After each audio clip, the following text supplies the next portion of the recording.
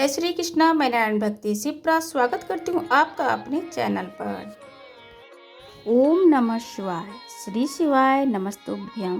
महादेव की कृपा हम सभी के ऊपर बना रहे। महाराज की प्रवचनों से हम सभी के हृदय में शिव भक्त की तरंगे बढ़ती रहें। आज का विषय है शिव को जल चढ़ाने का सही नियम। बहुत सारे महाराज जी के जो प्रवचन से जुड़े हुए हैं उन सभी को ज्ञात हो गया है कि शिव को हम जल कैसे चढ़ाएंगे। जो शिव पुराण भागवत नहीं सुन रहे हैं वो भी जान लें कि शिव जी को, भोलेनाथ को शिवलिंग की जल चढ़ाने का सही नियम क्या है। उसके बाद हम चलेंगे सपनों की रहस्यमयी दुनिया में। स्वप्न में शिव मंदिर अगर दिखे तो क्या मतलब होगा, और स्वप्न में बेलपत्र दिख जाए तो उसका क्या फल होता है। सपने में कथा होते देखना। इन सभी सवालों का जवाब आपको तुरंत मिलेगा।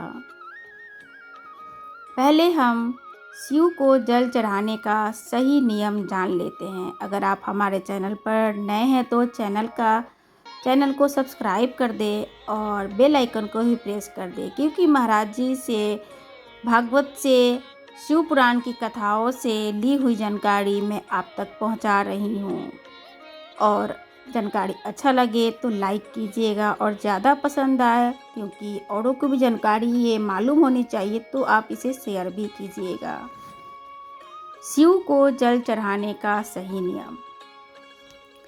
जिस तरीके से शिवलिंग पर हम जल चढ़ाते हैं, महादेव के जल जब हम चढ़ाते हैं तो पहले हमें राइट की तरफ जल चढ़ाना होता है, फिर लेफ्ट के साइड यानी उल्टे हाथ, फिर अशोक सुंदरी जो कि मोटा कटी भाग के पास निशान बने हुए होते हैं। उसके बाद शिव भगवान के चारों तरफ हमें जल चढ़ाना होता है।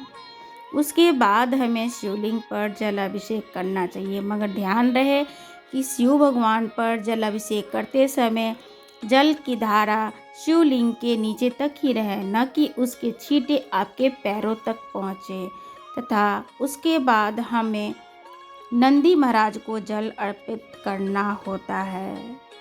अर्पित करने के बाद जब पूजा कर लेते हैं और हम निकलते हैं तो शिवालय की दोनों चौखटों पे 2-2 बूंद जल जरूर चढ़ाना चाहिए, जिससे कि शिव भगवान का जल चढ़ाने का सही नियम पूरा होता है। आशा करते हैं कि जल चढ़ाने की विधि आपको अच्छी लगी हुई होगी। आगे बढ़ें। स्वप्न में शिव मंदिर का दिखना। सभी सपनों का अपना अलग अलग अर्थ होता है। जो लोग धार्मिक प्रवृत्ति के हैं उनको दिखाई देते हैं तो उनका अलग अर्थ होता है, अलग मतलब निकलता है। मगर जो लोग धार्मिक प्रवृत्ति के नहीं हैं या थोड़े बहुत हैं, उनके लिए कुछ अलग फल होता है। स्वप्न का फल, एक स्वप्न हर व्यक्ति के लिए अलग अलग फल लेकर आता है। तो स्वप्न में शिव मंदिर का दिखना बेहद ही शुभ माना जाता है। या मंदिर में आपको अगर सपने में शिव मंदिर दिखे तो ये भी होता है कि कभी आपने कामना की है कि शिव मंदिर में दर्शन करें, तो भोलेनाथ खुद स्वप्न में आकर कहते हैं कि तुम शिव मंदिर में आकर दर्शन दो या हाजिरी लगाओ। तो अगर स्वप्न आप देखे हैं तो आप शिव मंदिर में जाएं और एक लोटा जल, सभी समस्याओं का होता है हल। महाराज जी की कथा अनुसार, कहे अनुसार, आप स्वप्न देखने के बाद आप मंदिर में जाएं और एक लोटा जल चढ़ाएं।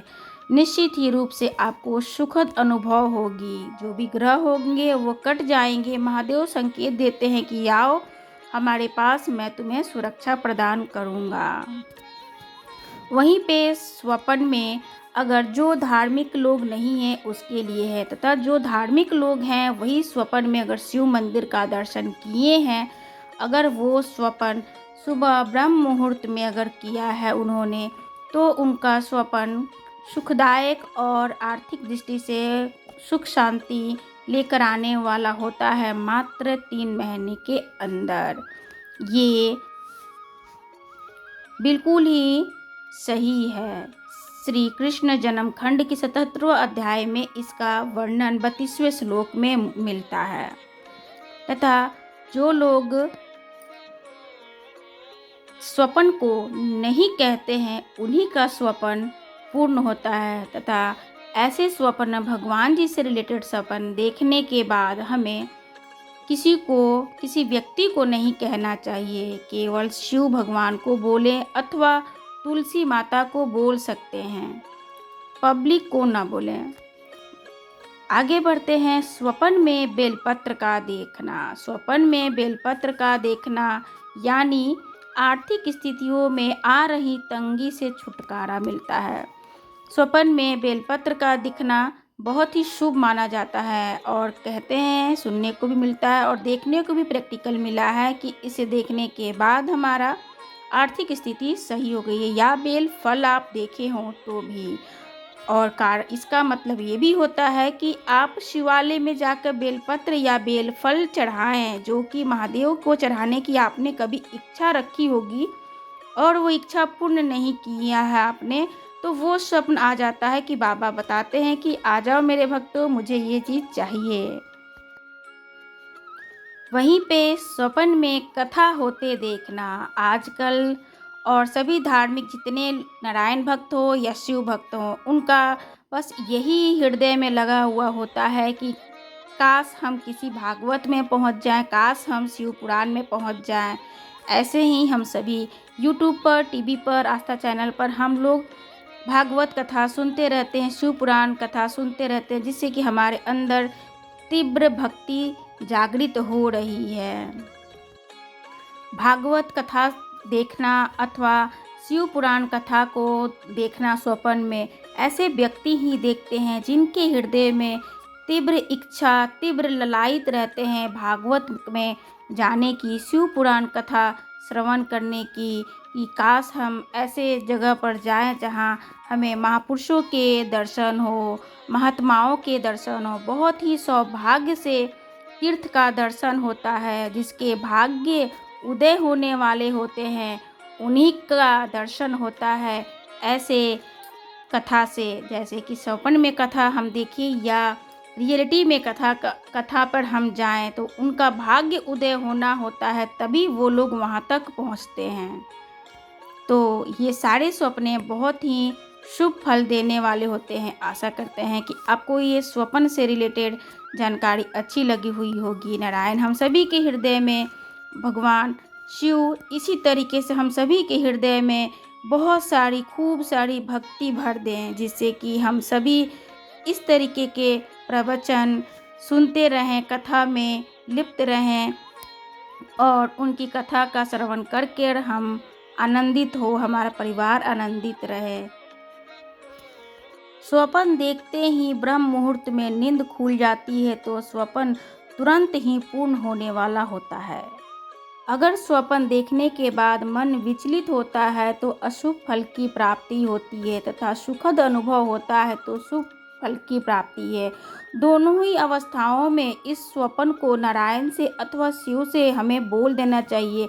जब कोई दूसरा न सुन रहा हो तो वह सुख में परिवर्तित हो जाता है। हमें संध्या का दीपक कब जलाना चाहिए, पशुपति व्रत की विधि क्या है, मुख्य द्वार पे जल कब छिड़कना चाहिए, और जिस दिन महिलाएं तुलसी की लकड़ी अपने इस जगह रख देती हैं वो बन जाती हैं धनवान और तथा सारे काम होने लगते हैं सफल। तो इन सभी वीडियो को भी आप ज़रूर देखें। आशा है कि आपको ये जानकारी बेहद ही अच्छा लगा होगा और आपको मदद मिलेगा आगे बढ़ने में। ओम नमः शिवाय। हर हर महादेव।